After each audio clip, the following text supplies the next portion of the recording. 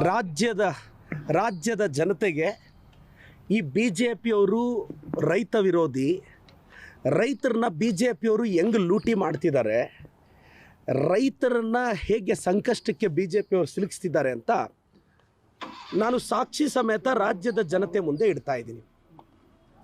ನಾನು ಚಿಕ್ಕಬಳ್ಳಾಪುರ ವಿಧಾನಸಭಾ ಕ್ಷೇತ್ರದ ಶಾಸಕ. ನಮ್ಮ ಚಿಕ್ಕಬಳ್ಳಾಪುರನ ಫಲಪುಷ್ಪಗಳ ನಗರಿ ಅಂತ ಕರೀತಾರೆ. ನಾವು ಫ್ಲವರ್ಸಲ್ಲಿ ಪ್ರಾಯಶಃ ಈ ಸ್ಟೇಟ್ಗೆ ನಂಬರ್ 1 ಫ್ಲವರ್ ಪ್ರೊಡಕ್ಷನಲ್ಲಿ.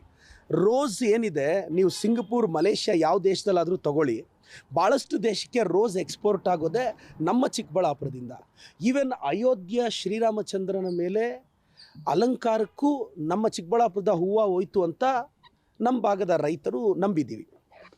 ಆದರೆ ಇವತ್ತು ನಮ್ಮ ಚಿಕ್ಕಬಳ್ಳಾಪುರ ಫ್ಲವರ್ ಮಾರ್ಕೆಟಲ್ಲಿ 85 ಜನ ವರ್ತಕರಿದ್ದಾರೆ, ಅಂದರೆ ಟ್ರೇಡರ್ಸ್ ಇದ್ದಾರೆ, ಕಮಿಷನ್ ಏಜೆಂಟ್ಸ್ ಇದ್ದಾರೆ.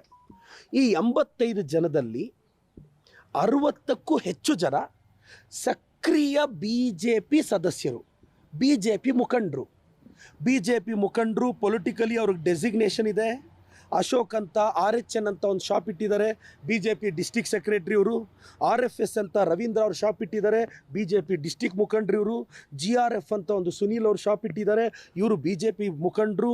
ಮರಳುಕುಂಟೆ ಅವರು MCS SLN ಶಾಪ್, ಇವರು ಬಿ ಜೆ ಪಿ ಮುಖಂಡರು. ಆನಂದ್ ಅಂತ NGK shop, VKM shop, NKN, RCK ಎಲ್ಲರೂ ಬಿ ಜೆ ಪಿಯ ಸಕ್ರಿಯ ಸದಸ್ಯರು.